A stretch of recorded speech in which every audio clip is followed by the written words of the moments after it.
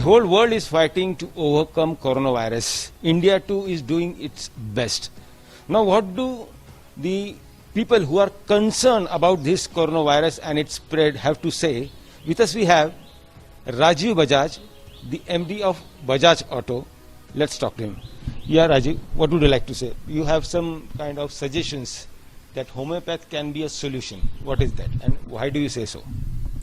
Well, Pankaj, my contention is that fundamentally there are only two things which can stop this virus. A, we have to all die, which is not the preferred solution.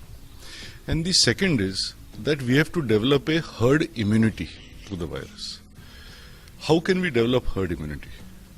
To the best of my understanding, and I am not an epidemiologist, but I know a little bit, particularly about homeopathy.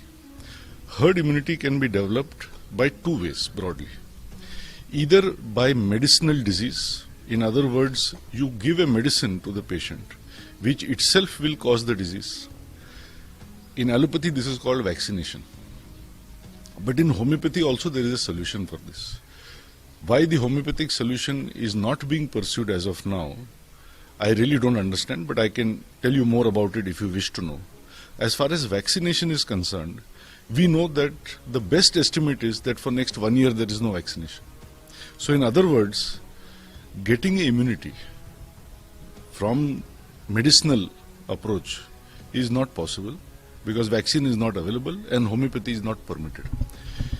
Then the last option left is that we must get the immunity in a natural way.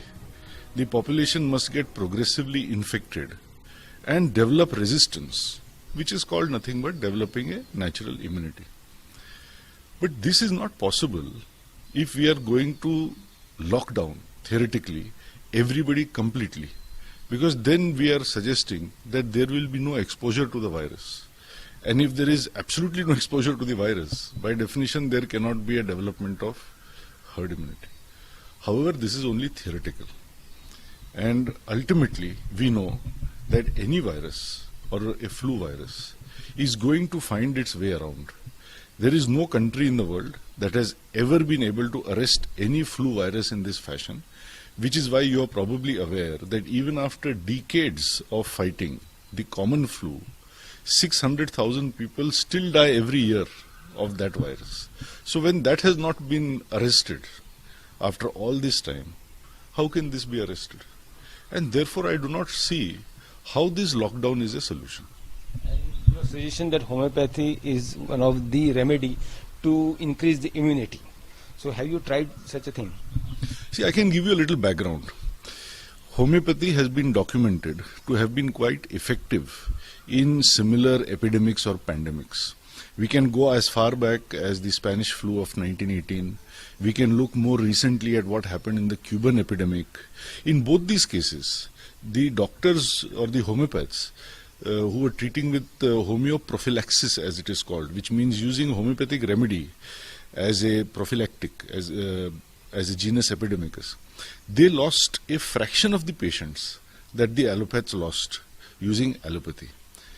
I have also seen in, for example, swine flu time about 10 years back, that when we have given the homeopathic remedy gelsemium to about 50,000 people in our family, friends, colleagues, etc., to the best of my knowledge, not one person contracted swine flu, even though we are all living in Pune, which was the center of swine flu not only in Maharashtra but all of India, is what I understand. Pune had the maximum number of cases.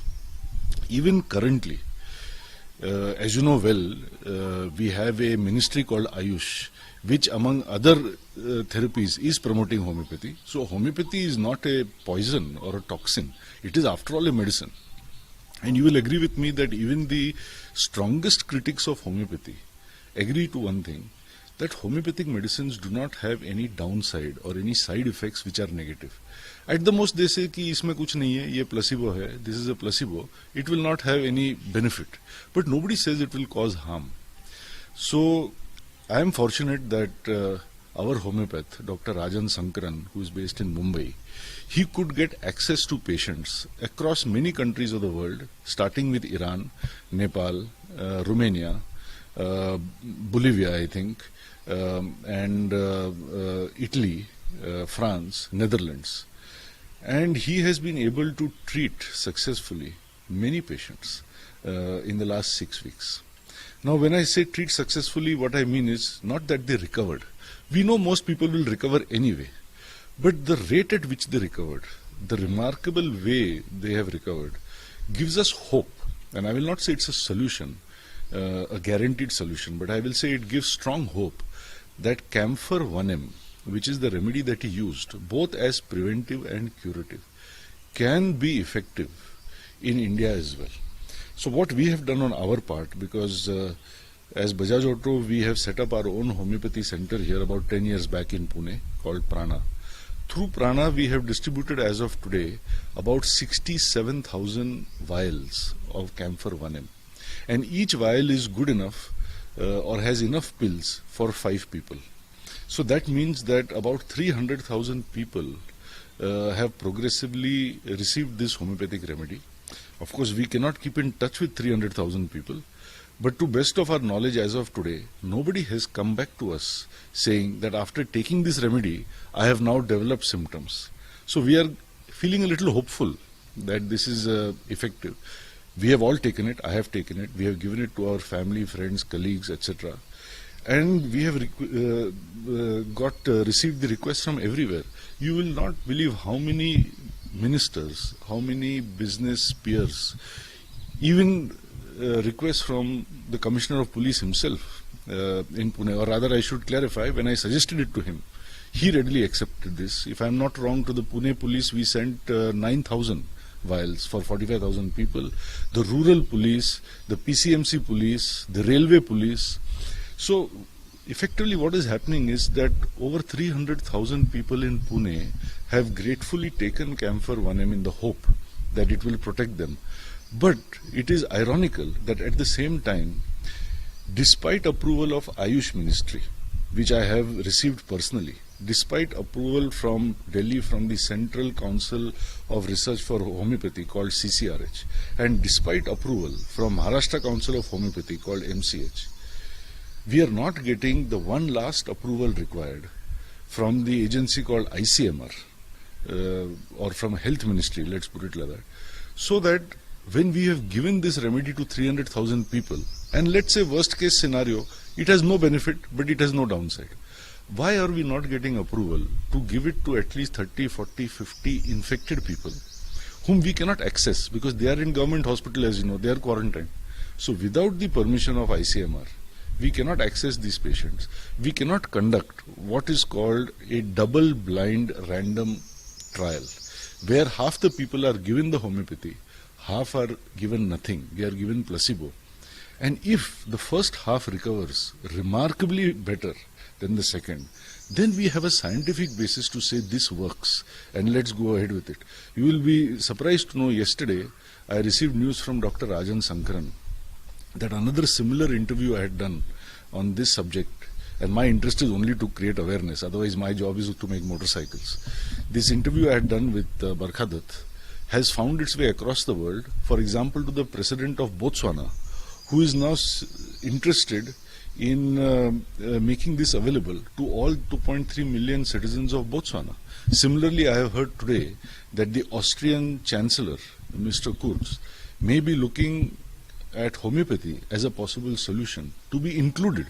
Nobody is saying you exclude allopathy or exclude hygiene or sanitation or masks or anything. We are not saying that at all. But why not also include something else which has a very good chance of success? And that is what the Austrian Chancellor is going to do. So what I see is that on the one hand, you have countries in Europe who, despite having smaller population, good medical infrastructure and reasonably better social security, they are looking at these solutions. But in our country, where our population is so large, medical infrastructure is relatively poor across the country, and social security is next to nothing, we are not willing to look at putting a few pills in a person's mouth. We would rather lock down for weeks on end, eventually letting many people lose jobs, lose salaries, and probably starve to death. This balance of such an extreme lockdown, I am not able to understand. Lockdown for such a long time or extending the lockdown, you are against it. I am against extending the lockdown, which is such an extreme lockdown. See, there is a lockdown all over the world. And I personally first want to suggest we should not be looking at Europe, UK, US. Because whether it is in terms of our inherent immunity, whether it is temperature, whether it is the demography of our young population, and even in terms of these factors we talked about like healthcare or social security, we are much more like Thailand, Malaysia, Indonesia, Philippines, Cambodia, etc. We are an Asian country. We are not a European country. Now let us look at the incidence of this problem, whether infection or death in ASEAN country. Is it like it is in Italy, Spain, UK? It is not. So first of all, to benchmark Europe and go even ahead of Europe in terms of lockdown, I just don't understand. I am told by friends who live in New York that they can step out of their apartment. They are not having to necessarily wear masks. They can go to the grocery store. They can visit the friend in another apartment. Here, if my friends get down from the apartment, the police is coming after them with canes. I don't see the logic at all for this kind of lockdown. So I am all for advising the vulnerable people, which means the elderly people or those who have any other immunocompromised comorbidities, that you please still stay at home. I am all for ensuring hygiene, sanitation, personal protection, etc. I am all for saying that in any public space, if it is school, if it is office, if it is theatre, it is mall, please take precautions, keep a distance. We don't want people at a very close proximity to each other. We have to go at 50% capacity. Whoever can work from home, work from home. That is all absolutely fine. But beyond that, I feel, average age of India is only 28 years. Most of these people, 98% of these people are not going to get anything more than at worst a mild infection. Most will be asymptomatic. That is becoming very clear. Almost nobody under the age of 50 or so is going to die unless they have some pre-existing condition. My contention is all these people should go back to work, should be permitted to go back to work so that we can keep the wheels of the economy moving forward. This to me would be the right balance going forward. And if instead of this we are simply going to extend the lockdown any further, as has been for the last 2.5 weeks, that I am not convinced about at all. I can't say I am against it because I have no locus standi to be against it, but I am certainly not convinced about it. This was Rajiv Bajaj, a concerned person for India, and he says if there are examples, case studies throughout the world that homeopathy is the way to increase the immunity, then why not give it a try? With Cameron Gopal Harne, this is Pankaj Khelkar in Pune for India Today.